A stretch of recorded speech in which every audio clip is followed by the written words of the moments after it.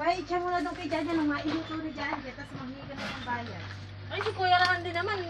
Shen. Eh, lang, oo nga. Ang banda dumami. Pati kamati, sinama mo. Tatakbig. Isang pisong talong lang. Buong sa kami na ba? Ang day barangay. Fourth lang yan. Magkano yan? Ano naman eh. Nakita yung itsura ko oh. 60, 70, 80. Okay. Siyang kaya kanya sa mahigang 80. Ikaw ko kanina. Kay Janjan, ano sa amin? Ay, sarado din sa kanyo. Sigawan mo lang doon. Natutulog, gigisingin mo. Mamaya na nga, bukas na. 180 na yung utang ko sa'yo. Bumili ka kamatis, bili ka kamatis. Meron ba kamatis? Meron na. Ha? Sinitayot ako. Ha, sila kamatis. 180 yun siya na, 80 sa isang Tingnan taan. mo. Alangan load yun. Niload ako pa lang. Padali. May kamatis ba? Dapat pinapartihan mo ako. A few moments later. Ayan, papawalan natin yung pabo.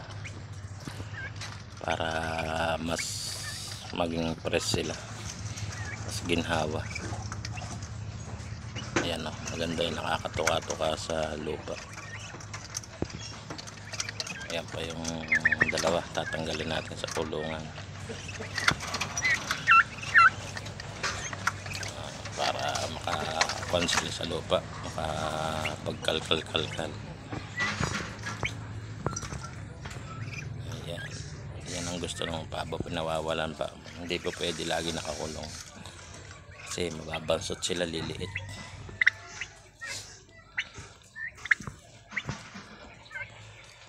Ayan na, natuka na sila. Ayan o, nagkakalkal na sila sa lupa. Mainam yung ganyan para mas kuwan sila.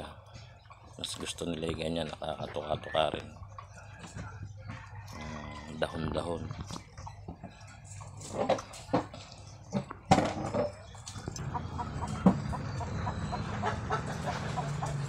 Ano, matagal na hindi nababayan kaya ganyan parang ito sabik sa lupa. Kasi yung maliliit kumpa hindi po pwede dahil mahina sa langgam ang pabo, kaya kailangan medyo malaki na para matibay na sila. Kahit kung makagat sila ng langgam, hindi sila mamatay.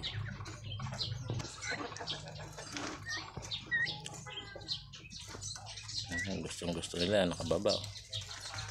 Kakalkal sila ng lupa.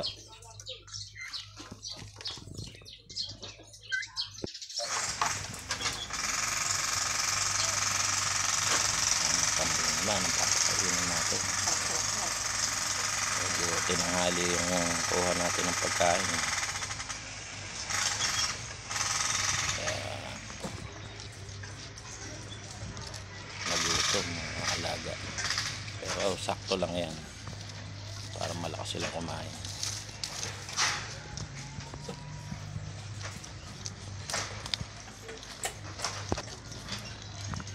Lalakas kumain.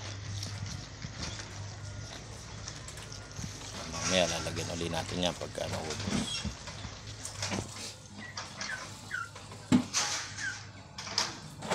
Hindi po pwede yung lalagay lahat yung kinuha, masasayang kasi.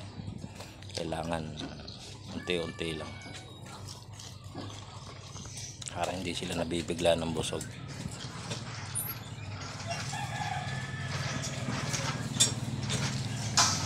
Mamayang hapon naman papakain natin ng feeds para may sustansya yung kinakain nila, para malakas yung katawan nila. Feeds naman natin. Ayan, tinali natin barako para hindi sinusuro yung dalawang inahin kasi lagi niya sinusuro. Ayan, tinali muna natin. Ayan, nakaabot naman yung tali niya sa kainan.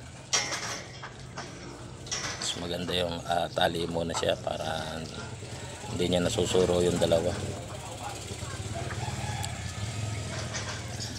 Tatakot yung dalawa pag hindi siya nakatali, hindi makakain. Ang Ayun, nakatali siya. Ayan, nakakakain na yung dalawa. Kaya ayos pala yung ganyan. Pagkiyari nila kumain, saka ako nalang tatanggal itali. Pagka para nakakalaro-laro sila. Pagkayaring pagkakakain naman, tatali uli. Para nakakakain ng dalawa. Ayan, siguro salamat po sa lahat.